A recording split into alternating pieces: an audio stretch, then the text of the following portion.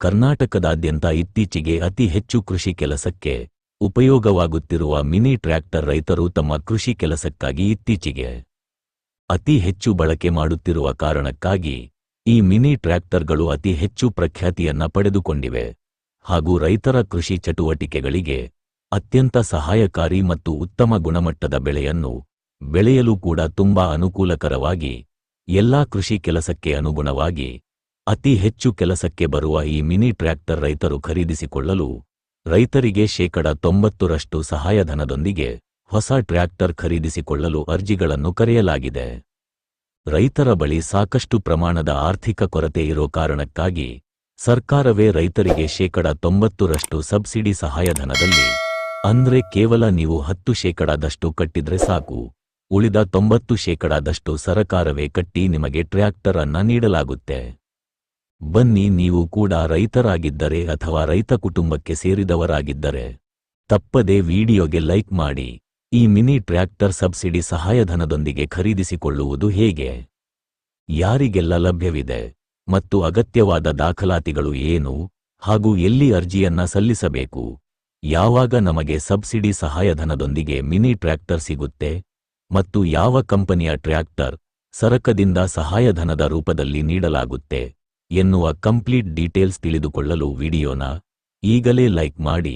Like ಮಾಡುವುದರ ಮೂಲಕ ವಿಡಿಯೋನ ತಪ್ಪದೆ ಕೊನೆಯವರೆಗೂ ನೋಡಿ ಹಾಗೂ ಇಡೀ ಕರ್ನಾಟಕದಾದ್ಯಂತ ಇರುವ ಎಲ್ಲಾ ರೈತರಿಗೂ ತಲುಪುವವರೆಗೂ ಶೇರ್ ಮಾಡಿ. ಸಹಾಯಧನ ಪಡೆದು ಕೃಷಿ ಯಂತ್ರೋಪಕರಣಗಳನ್ನು ಖರೀದಿಸಲು ಅರ್ಹ ರೈತರಿಂದ ಅರ್ಜಿ ಆಹ್ವಾನಿಸಲಾಗಿದೆ.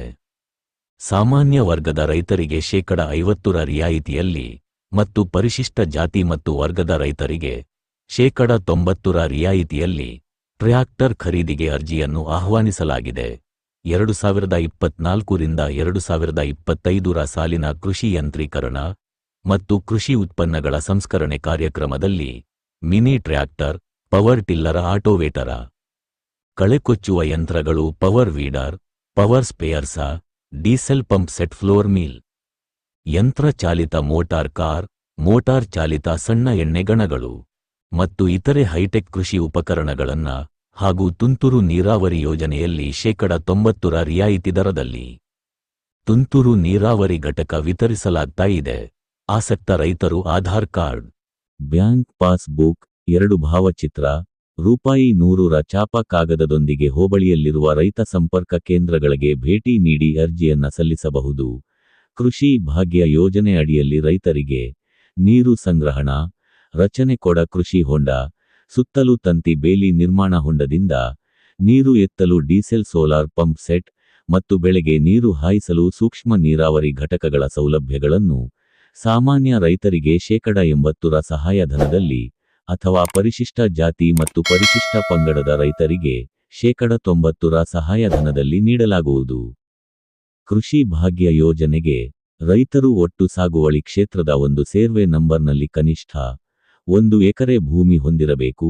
ಹಿಂದಿನ ಸಾಲುಗಳಲ್ಲಿ ಕೃಷಿ ಭಾಗ್ಯ ಯೋಜನೆ ಅಥವಾ ಇನ್ಯಾವುದೇ ಯೋಜನೆಯಡಿ ಕೃಷಿ ಹೊಂಡ ಫಲಾನುಭವಿಯಾಗಿರುವ ರೈತರು ಯೋಜನೆಗೆ ಅರ್ಹತೆ ಹೊಂದಿರುವುದಿಲ್ಲ.